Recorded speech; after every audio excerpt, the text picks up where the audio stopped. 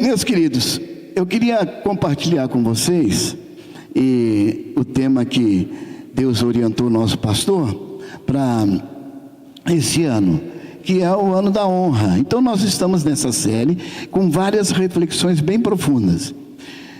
Se você quer crescer e desenvolver mais o seu conhecimento, pega desde janeiro todas as mensagens e vai ouvindo, não precisa correr, vai ouvindo, vai fazendo as suas anotações, porque são estudos realmente bem elaborados, trabalhados e com muita unção do Espírito Santo.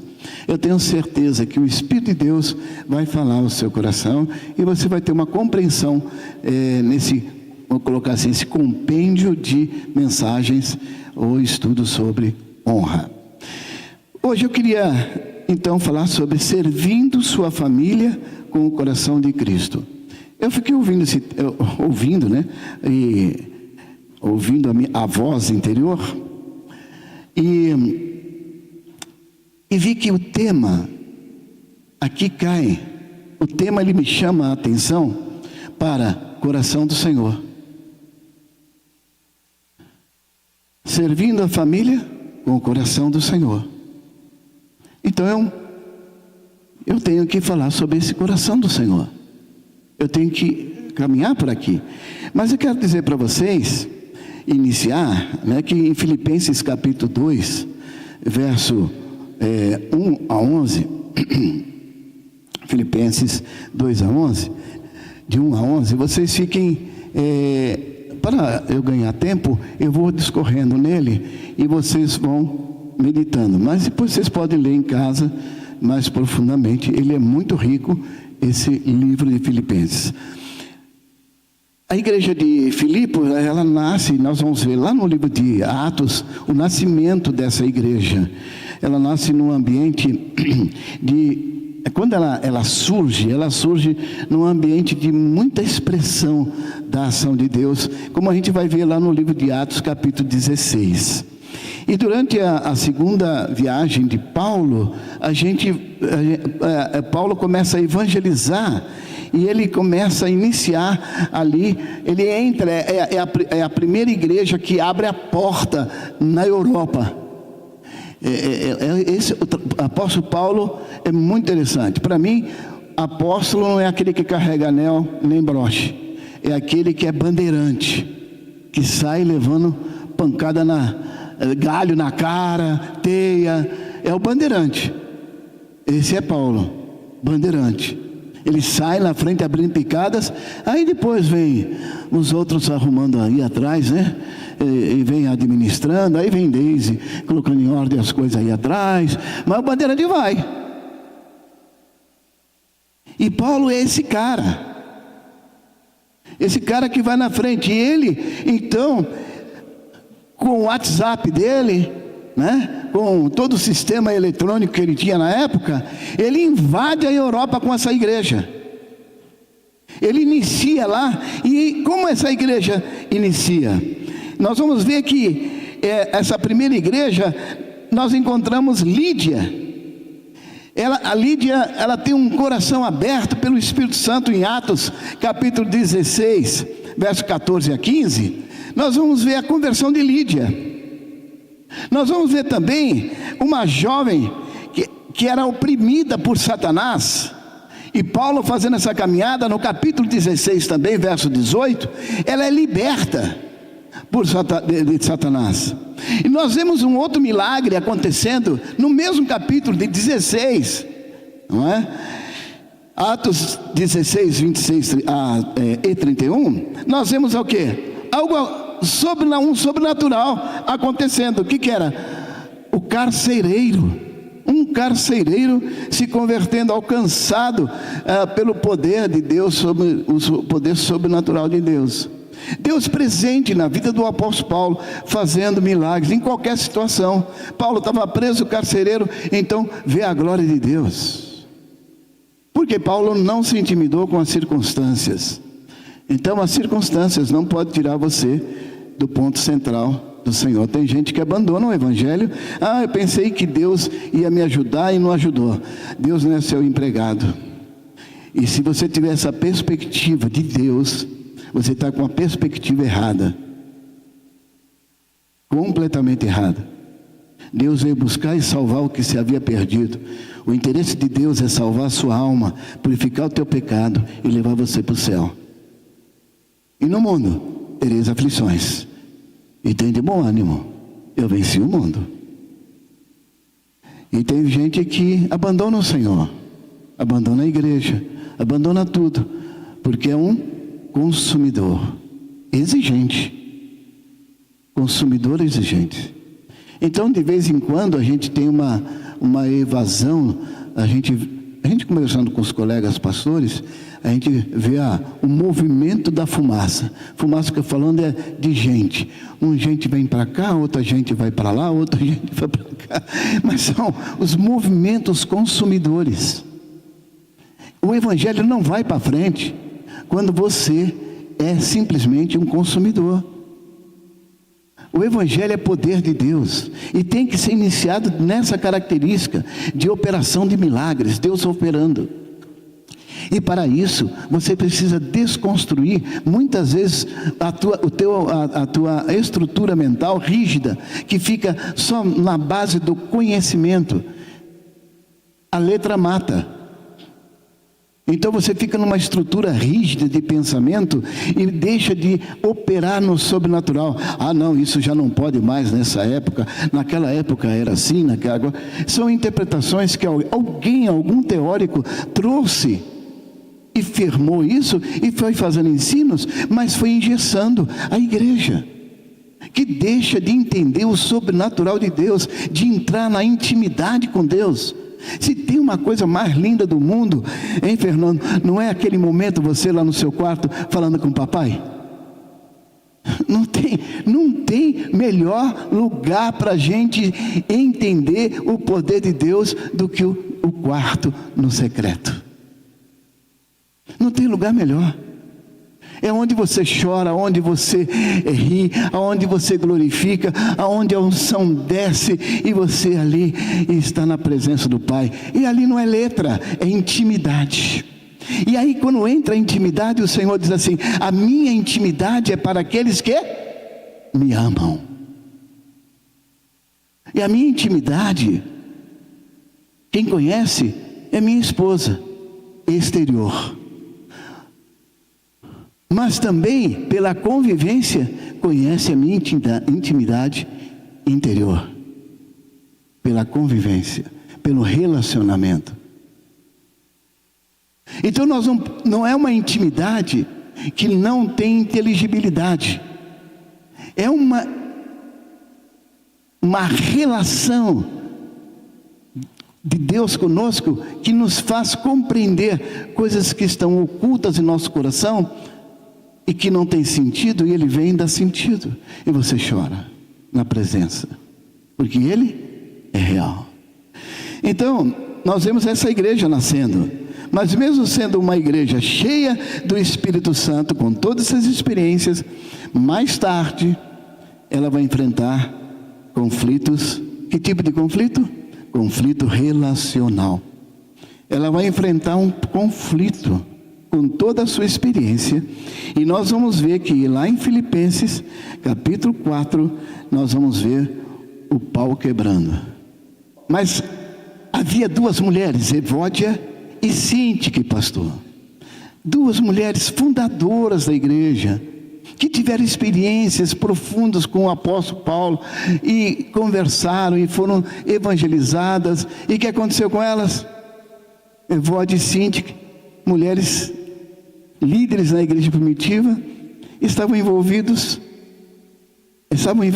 numa demanda, em 61 depois de Cristo. Essas duas cooperadoras haviam trabalhado com Paulo no ministério, mas agora estavam o quê?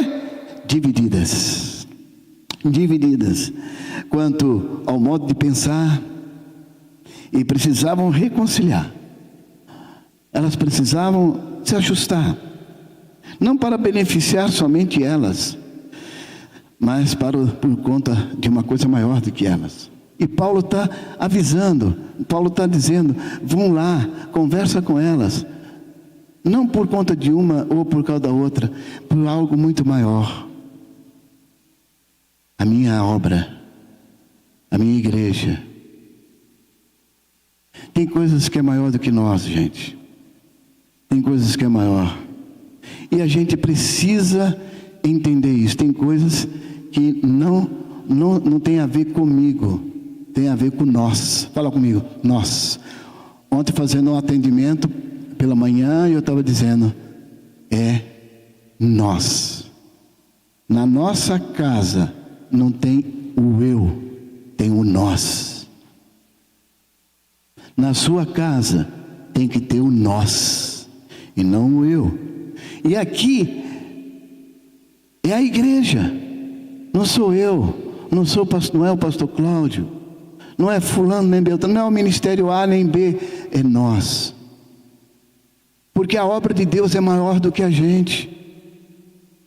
Maior. Eu estou passando o cajado, pastor Cláudio, vocês sabem que é um processo, não é do dia para a noite. E eu estou feliz da vida. Por conta do quê? Do meu eu? Não. Por quê? A obra de Deus permanece. E aonde eu me inspiro, Fernando? Eu me inspiro nos mais velhos. Quando eu era mais novo, eu me inspirava assim. Uma vez eu estava lá em frente à Universidade Federal, lá em São Paulo, esperando a Ana sair do hospital, que é a Escola Paulista de Medicina. E eu estava lá esperando, e eu lá num barzinho tomando café, e aí chegava um professor, um de cabelo branco, outro conversando, e aí a Ana chegou, nós tomamos um café, eu falei, amor, dá uma olhada. Professores, meu professor, pois é, o tempo passou, eles estão aqui como professores, você é a geração que está chegando, e o que você está aprendendo com eles, eles não vão pegar o resultado lá na frente, o tempo passa. Eles não vão ver muita coisa. E aqui, olhando na primeira igreja, o pastor Jonathan. Quando eu cheguei aqui nessa cidade, em 96, eu olhava para o pastor Jonathan. Eu olhava para o pastor Jonathan e falava, um dia esse homem que trabalhou tanto na primeira igreja, abriu tantas igrejas, vai chegar um momento que ele vai embora para o céu. E pronto, acabou. Isso me deu tanta tranquilidade, e me dá. Porque nada me é empoderado. Não é meu, nada. É nosso. E eu louvo a Deus, porque com esse olhar, com essa plataforma de ver as coisas, você não é possessivo. E o fato de você não ser possessivo, o teu eu é diminutivo. Que ele cresça e que eu diminua. São princípios da palavra de Deus que nós temos que observar.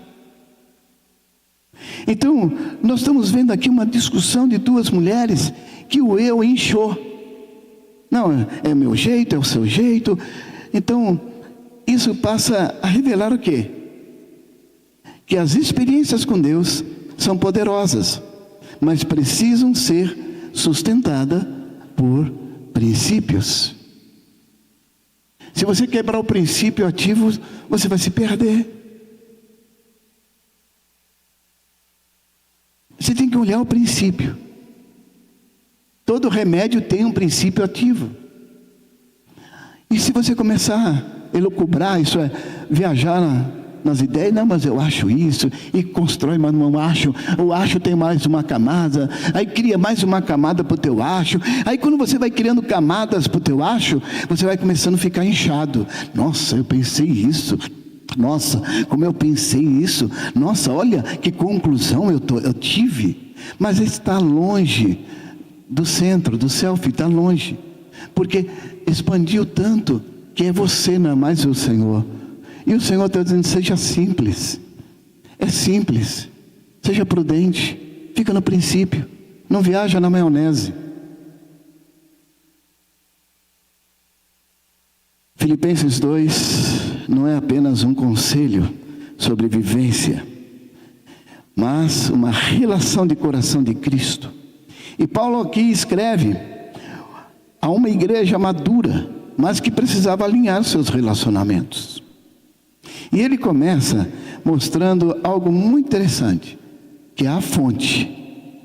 Cristo é a comunhão do Espírito Santo. Cristo e a comunhão. Verso 1 e 2, veja aí. Se por estarmos em Cristo, nós temos alguma motivação, alguma exortação de amor, alguma comunhão no Espírito, alguma profunda afeição e compaixão, completem minha alegria. Presta atenção nisso. Tendo o mesmo modo de pensar, o mesmo amor, um só Espírito e uma só atitude. Isso nos ensina que não existe transformação relacional verdadeira sem a ação do Espírito Santo. Porque o vínculo da paz é o Espírito Santo. Podemos ter aqui vários estilos, vários temperamentos, várias linguagens de amor, vários montão de coisa. Mas toda essa variedade de talentos, de dons, de temperamentos, linguagem de amor, tem que estar olhando só para uma coisa: quem é maior em nós. E quando todos aqui olham quem é maior, todos se tornam um nele. Deu para entender? Percebe? Quando você, cada um com o seu dom, com o seu estilo, com o seu jeito, com a sua maneira. Eu estou colocando isso porque normalmente você vai justificar o seu comportamento, sua atitude, dizendo: esse é meu jeito, essa é minha maneira, esse é meu talento, temperamento. E você vai justificar a sua atitude. Mas quando você faz isso, você está perdendo a oportunidade da unidade. Porque a unidade é: negue-se a si mesmo, toma a sua cruz e vai.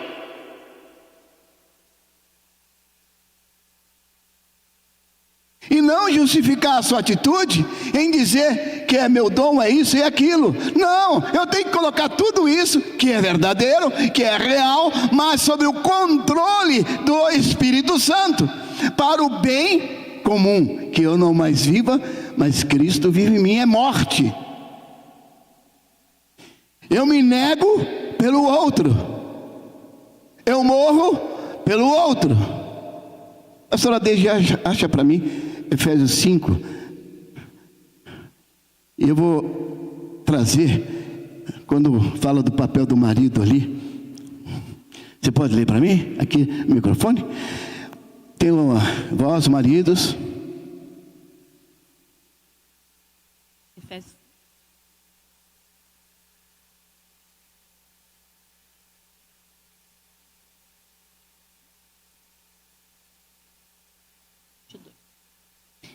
Versículo 22.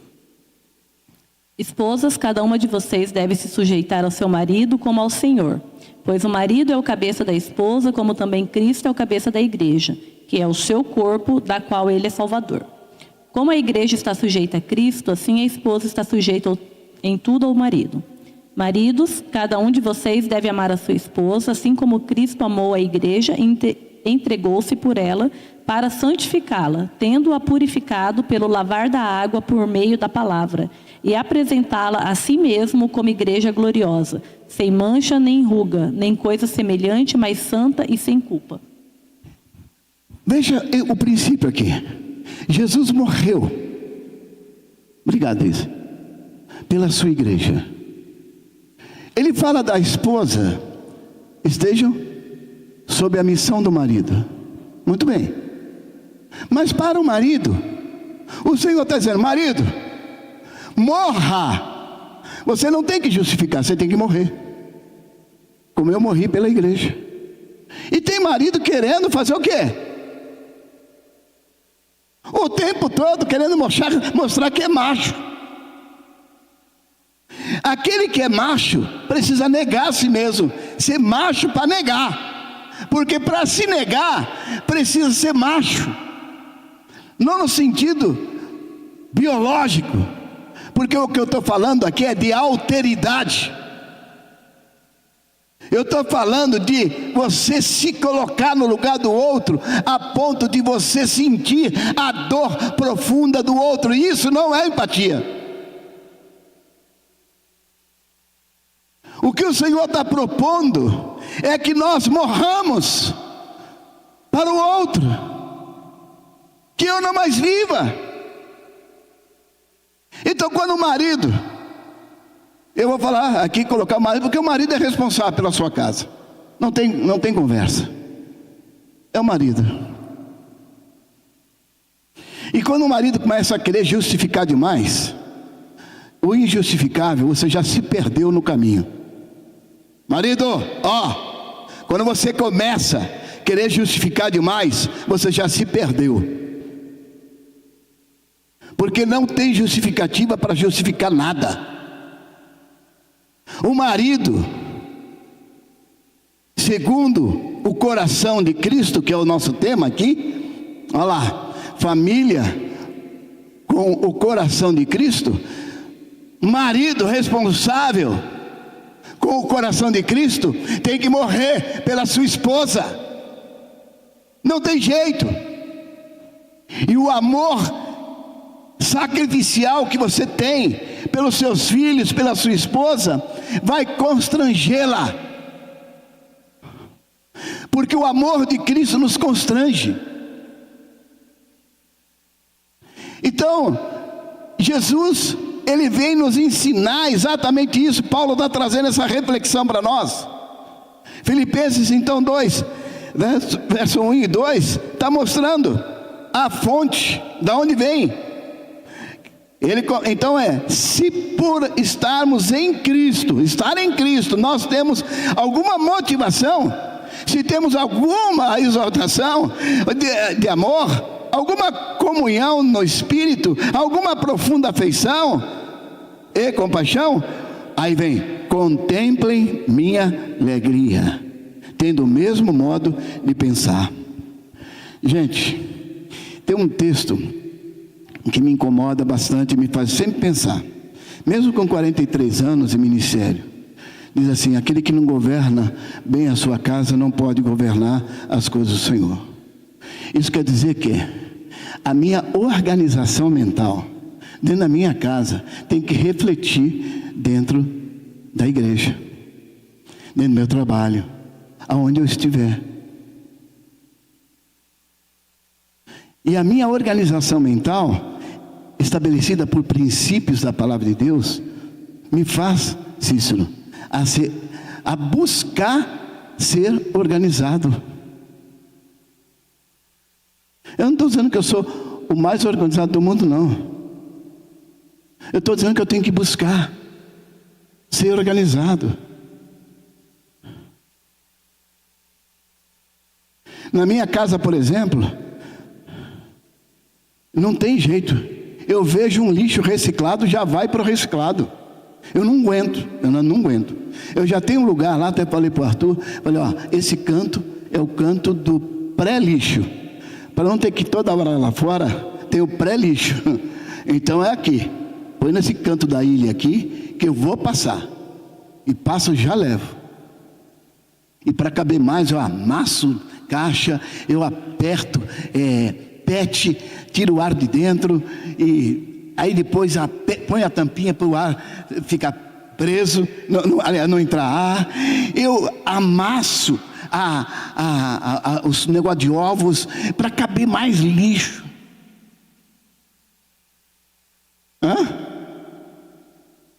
Não entendi. Recíproco. É isso. Tecido. Resíduo. Então eu vou colocando lá. E o que é orgânico em outro lixo. Mas é minha responsabilidade. E quando o marido começa a estabelecer esses princípios na casa, ele está dizendo assim: Não gosto de lixo na minha casa, não gosto de mosca varejeira dentro de lixo, perturbando, criando larvas. Eu quero limpeza na minha casa. Vocês viram como que isso significa? O que significa isso? Isso significa uma casa espiritual sem varejeira, meu amigo. Uma casa espiritual sem lixo.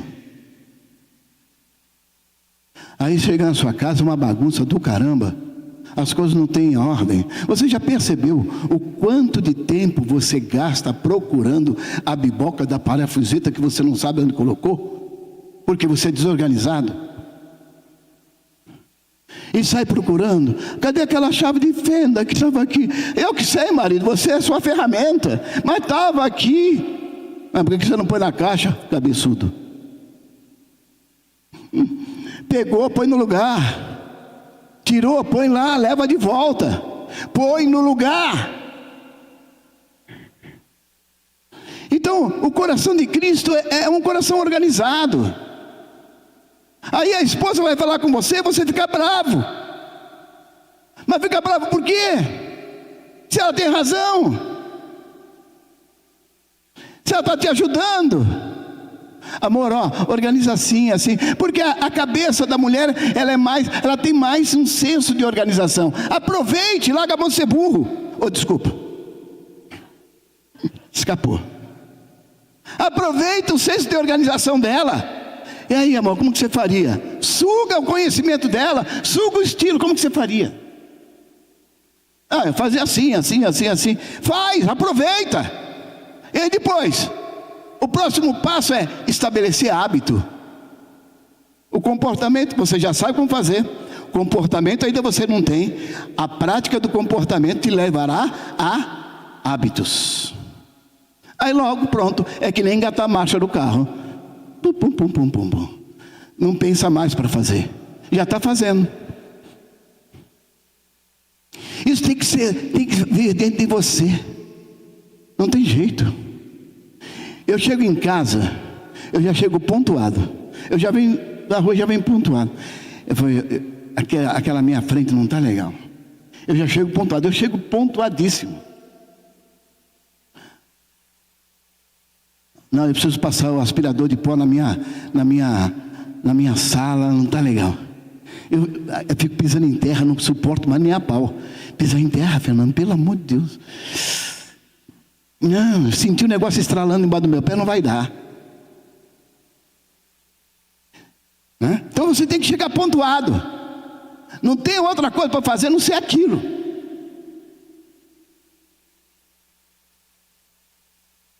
E vai para cima. Vai fazendo.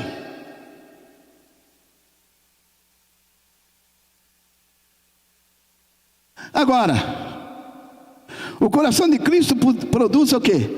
Eu estava dizendo para vocês alteridade. Uma palavra que pouco vocês conhecem. Então Paulo afirma que nada deve ser feito por contenda ou por vanglória. Verso 3.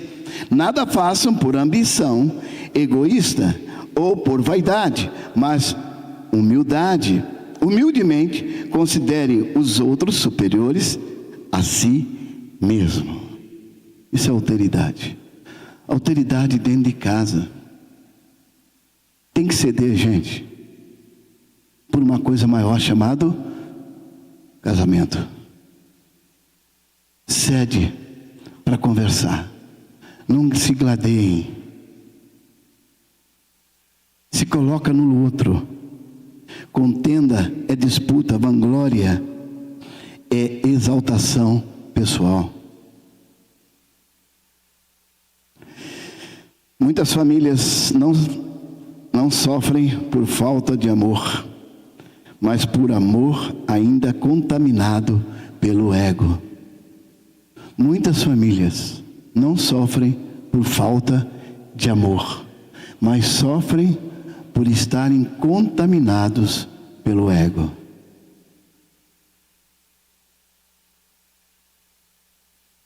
Olha o tamanho do seu ego, cabeção. Olha o tamanho do seu ego, mulher. Mas eu te amo. Mas o teu ego é desse tamanho. ele sobrepõe o teu amor. Mas por falta de amor ainda contaminado pelo ego, isso destrói o teu relacionamento. Alteridade é a capacidade de sair de si para enxergar o outro, para sentir o outro, sentir a dor do outro, enxergar o outro de verdade, chorar pelo outro, chorar pela dor do outro. Isso é alteridade. Se você vai evangelizar e você não compungir o seu coração pelo outro, por aquela pessoa que você vai evangelizar, isso não é alteridade. Porque Deus, em João 3,16, Ele viveu exatamente isso. Gente, olha o princípio ativo de resolver um grande conflito mundial: separação do espírito de vida com o ser humano cheio da morte. Como vai resolver a morte da humanidade? Deus achou um jeito e nos ensinou. João 3,16, Ele cumpre Ele vive a alteridade. Ele diz: eu morro por vocês. Porque Deus amou o mundo de tal maneira que deu seu Filho unigênito, para que todo aquele que nele crê não pereça, mas tenha vida eterna. Mas Ele morreu primeiro. Ele demonstrou esse amor primeiro. Ele sentiu a nossa dor. Na cruz Ele levou sobre si todos os nossos pecados. Ele sentiu a nossa dor. Isso que tem que acontecer, Gilson. Nós temos que morrer. O nosso ego tem que diminuir para que Cristo cresça. E quando você faz isso, quando o teu ego diminui para que Cristo cresça, Ele te exalta, Ele te dá a liberdade, Ele resolve o teu problema interior, Ele resolve o seu problema de relacionamento em casa. Tudo por esse princípio ativo chamado amor. Eu estou evangelizando uma pessoa e o que eu estou fazendo? Lançando gotas de atenção e de amor. Dá trabalho. Tum. Tum. Tum. Não, mas é porque é difícil essa pessoa, isso e aquilo. Não. Se fosse difícil, se não fosse difícil, eu não estaria lá. Deus me chamou. Deus chamou você. Então, você tem, e eu tenho, tudo que a pessoa precisa. Você tem o amor para dar. Então, Lucas capítulo 23, 34 diz: Pai, perdoa-lhes. Pai, perdoa-lhes. Vocês imaginem Jesus na cruz, lá, cabeça lá. Daqui a pouco Ele consegue levantar sua cabeça e olha para toda a humanidade e diz assim: agora eu piso na cabeça da serpente, pastora Deise. Eu vou livrar essa humanidade. Ele diz: Pai, perdoa-lhes, porque eles não sabem o que fazem. A liberação de amor em perdão nos curou e nos libertou completamente. Aleluia. Vocês estão entendendo? E depois Ele, com a sua vida, e Satanás achou que estava tirando a vida de Jesus, aqueles homens achavam que estavam tirando a vida de Jesus. Jesus mesmo disse: Pai, agora eu já fiz isso, agora eu entrego para você o meu espírito. Porque Ele é dono da vida, Ele é Senhor da vida. Ele pisou na cabeça do serpente. Pai, perdoa-lhes. Jesus disse: Pai, perdoa-lhes, porque não sabem o que estão fazendo. Ele não respondeu apenas à ofensa. Ele destruiu a ação de Satanás e discerniu o coração da humanidade, que sofria no pecado, na dor, na separação. Quando o pecado entrou, ele percebeu o quanto nós estávamos sofrendo por não estarmos unidos com o Pai. Então Paulo nos leva ao exemplo de Cristo, que se esvaziou. Então, segundo aspecto aqui, o coração de Cristo se revela na entrega. Filipenses 2:7. Nós vemos que, mas esvaziou-se a si mesmo, vindo a ser servo, tornando-se semelhante aos homens. Veja, família segundo o coração de Deus. Segundo o coração de Deus. Olha aí, olha o exemplo. Ele fez o quê? Esvaziou-se. Mulheres, esvaziem-se. Esvazie-se. Não, mas eu tenho razão. Esvazia-se. Maridos, esvazie-se. Você quer ter razão? Ou quer paz? Mulher, você quer ter razão ou quer ter paz? Hã? As duas. As duas não dá. Se você continuar firme na razão, você vai ter um muque que vai crescer, hein? E você vai estar com um muque tão grande que vai achar que já é senhor ou senhora de si mesmo. Ah, eu tenho a força. Mas se você fala assim, eu quero a paz, aí o Senhor diz assim: então a minha paz eu vos dou, não vou lá dou, como o mundo a dá.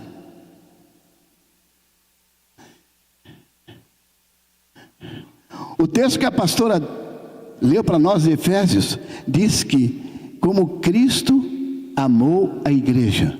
Como ele quis? Como Cristo, veja bem, recomendação para os maridos, tá? Recomendação para o marido, tá? Ok, Paulo? Recomendação para nós, lá em Efésios. Assim como Cristo morreu pela igreja, assim como ele amou a sua igreja. Como ele amou a sua igreja? Morrendo. Então morra pela sua esposa. Morra. E a esposa, seja submissa ao seu marido. Como que é ser submisso ao morto?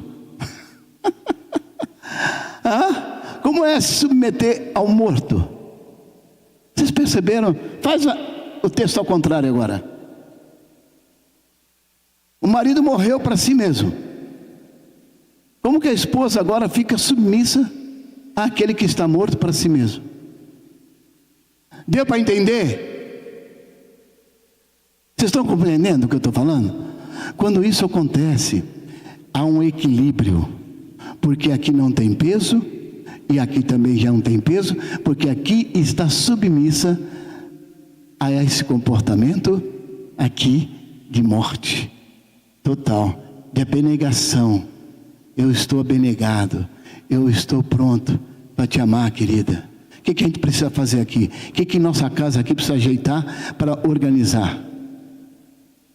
Isso, então nós vamos organizar.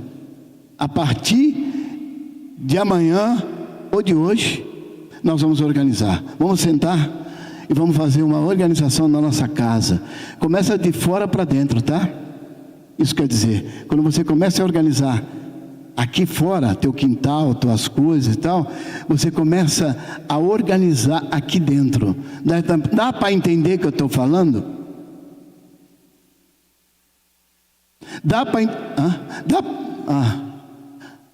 entender? Quando você começa a organizar aqui fora, há uma organização mental. E quando essa organização mental começa a entrar, você começa a ter uma organização que é espiritual. Eu coloquei de forma didática, mas isso acontece tudo muito junto. Então ter a mente de Cristo é isso.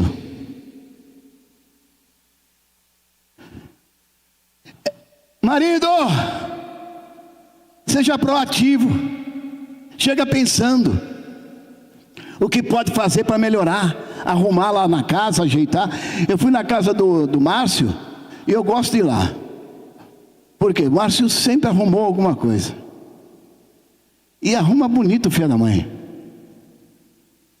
Ele é jeitoso. Aquela arrumada no teu portão. Mas é claro, a mulher sabe e edifica o seu marido.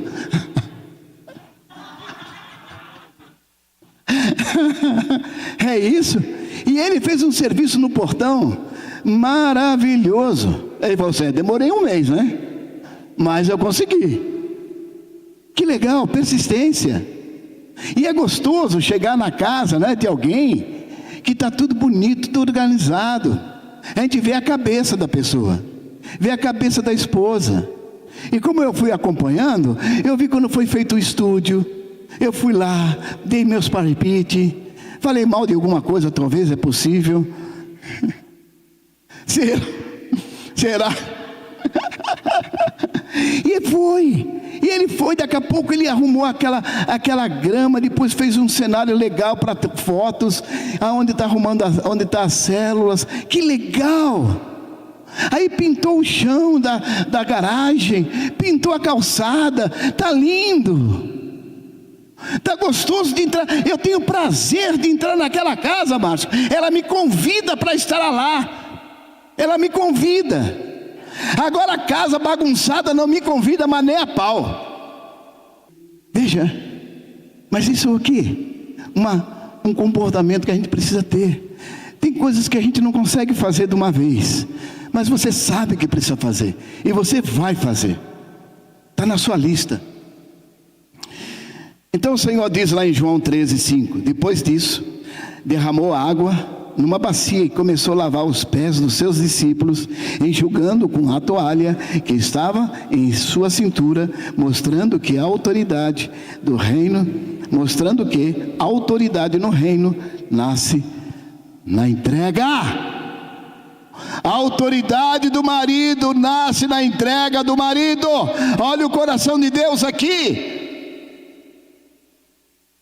Eu passei um estudo para os meus discípulos homens, e que quarta-feira nós vamos nos reunir. Quem não fez, faça, responda lá.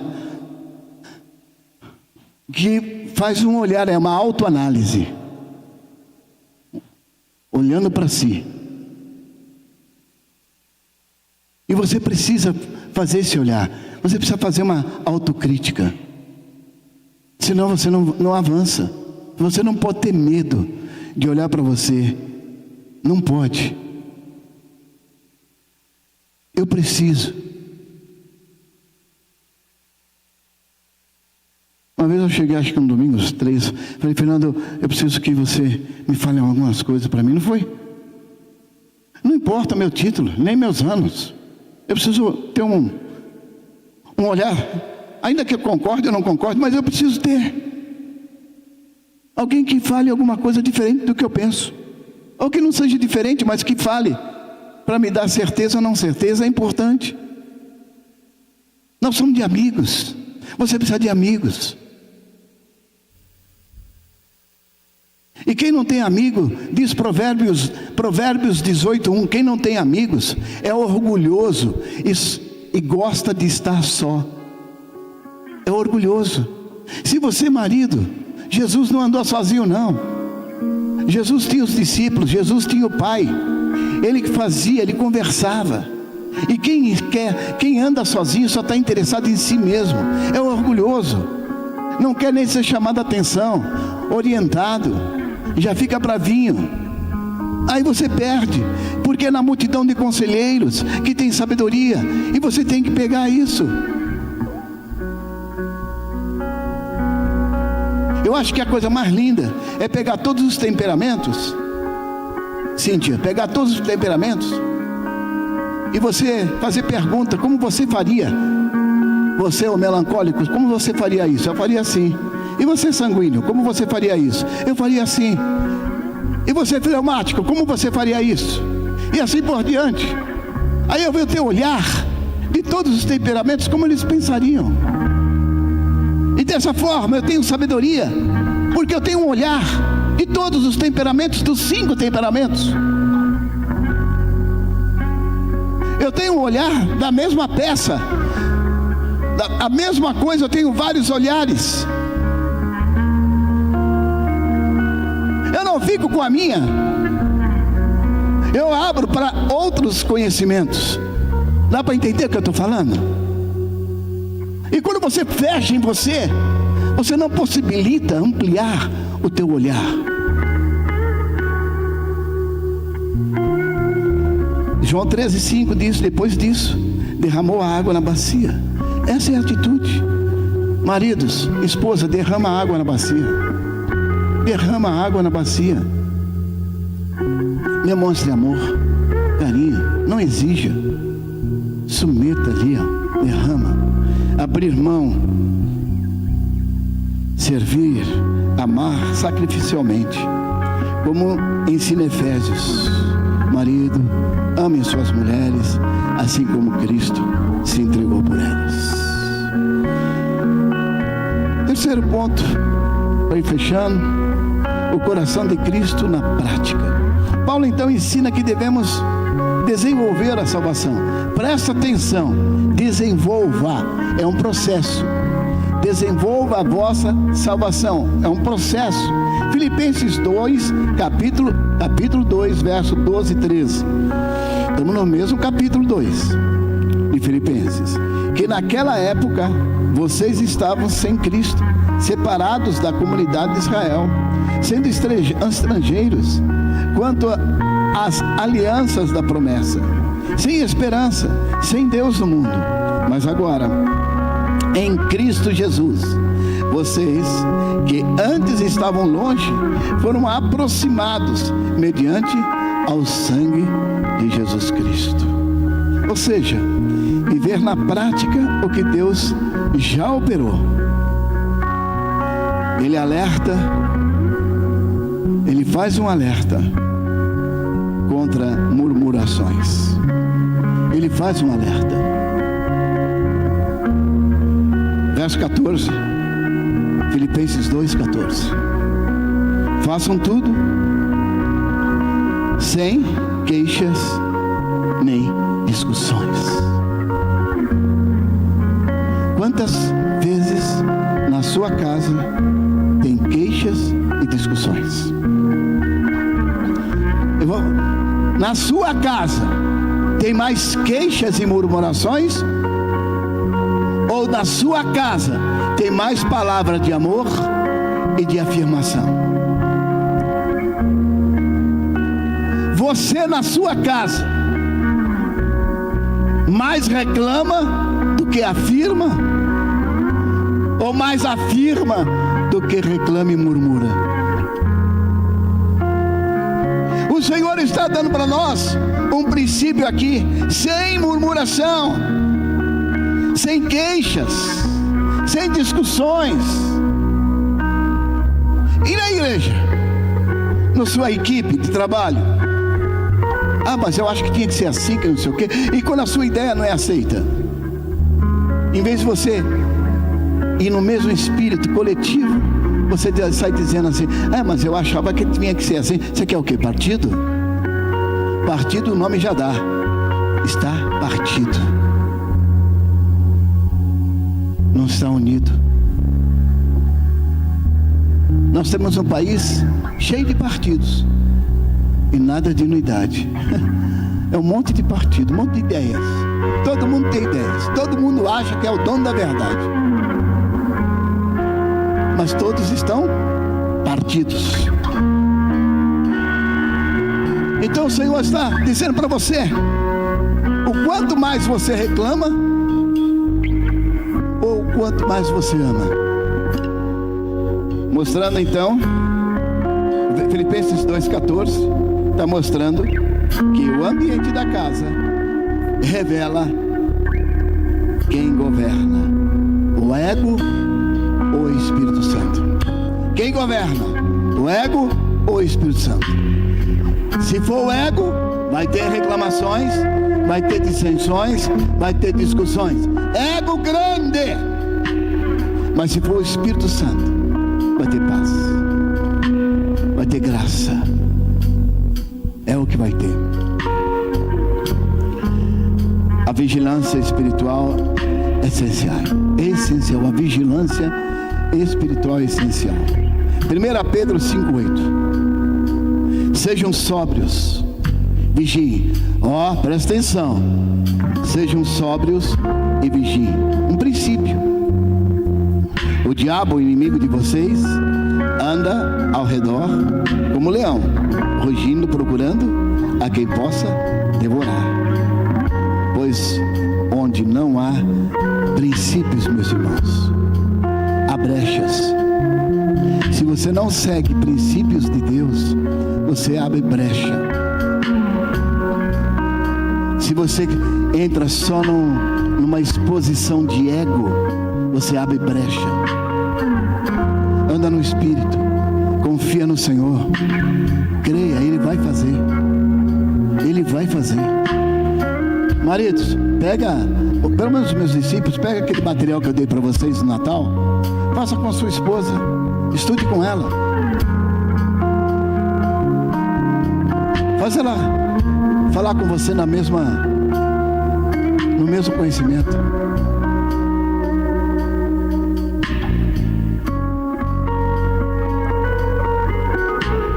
Faça com ela esse estudo. Não é para você, é para sua família.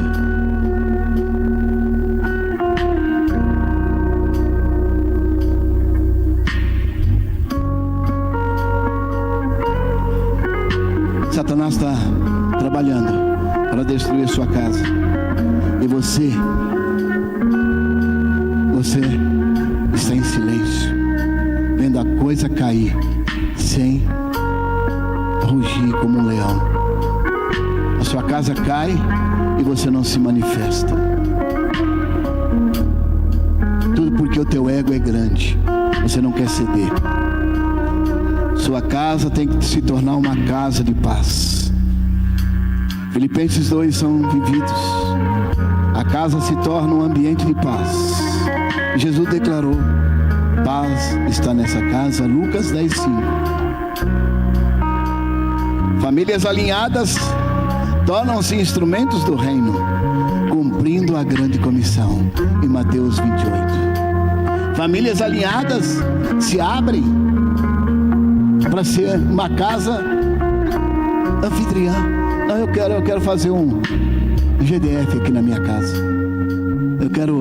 Casa de paz, perdão. Eu quero fazer uma casa de paz aqui na minha casa. Não, eu quero ordenar uma casa de paz. Por quê? Porque você tem o que mostrar. Você tem que mostrar. Você tem que mostrar a sua casa. Você tem que falar que a sua casa é uma casa de paz. Você tem exemplo para dizer: minha casa era uma bagunça, minhas coisas eram uma bagunça, minhas ferramentas eram uma bagunça, a minha organização nas panelas lá era uma bagunça. Agora está tudo organizado. Jesus mudou tudo. Está tudo organizado. Eu tinha tanta porcaria na minha casa, eu joguei fora, fiz uma limpeza.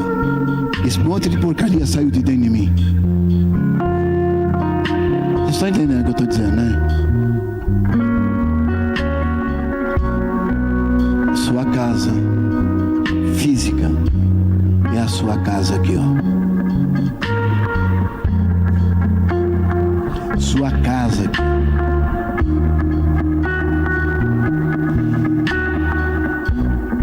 Pai, quero te louvar, porque eu sei que o Senhor tem poder para transformar pessoas aqui dentro. Eu tenho certeza que o Senhor está desejando se derramar nesses corações. E eu quero te pedir a Deus que aqui tenha famílias famílias com o coração de Cristo.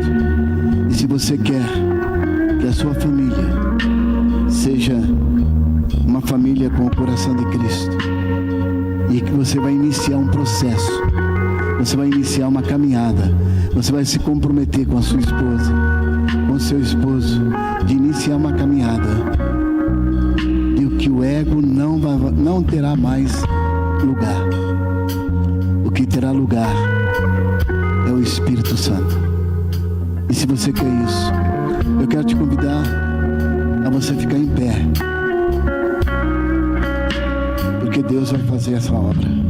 Se você quer isso na sua vida, se você quer isso na sua vida, o que você está fazendo, você está mortificando. Você está mortificando a tua carne. Você está matando a tua carne para vivificar o Espírito Santo. Nós vamos orar. Vamos pedir a bênção do Senhor. Pai, em nome de Jesus, eu quero te pedir que os nossos corações sejam o coração do Senhor. Que nós possamos dizer como Jesus: eu e o Pai somos um. Que nós possamos dizer como o apóstolo Paulo: sejam meus imitadores, como eu sou de Cristo. Pai, em nome de Jesus, que essa igreja possa ter uma organização espiritual e mental. Ajuda-os, ó Deus, a sair daqui já pensando qual a caçamba vai alugar para jogar porcaria fora, limpar sua casa, organizar sua casa, tirar o que está quebrado e vai fazer uma limpeza, vai fazer uma organização. Satanás não terá mais poder, porque Satanás habita na bagunça, na sujeira, e o Senhor habita onde tem organização, onde tem limpeza, porque o Senhor é puro, é limpo. Pai, eu te peço isso em nome de Jesus Cristo, em nome de Jesus, que a graça salvadora de Jesus Cristo, o amor de Deus e a consolação do Espírito Santo de Deus Pai possa estar com todos vós e com todo o povo de Deus, espalhado pela face da terra, agora e para todos sempre. Amém.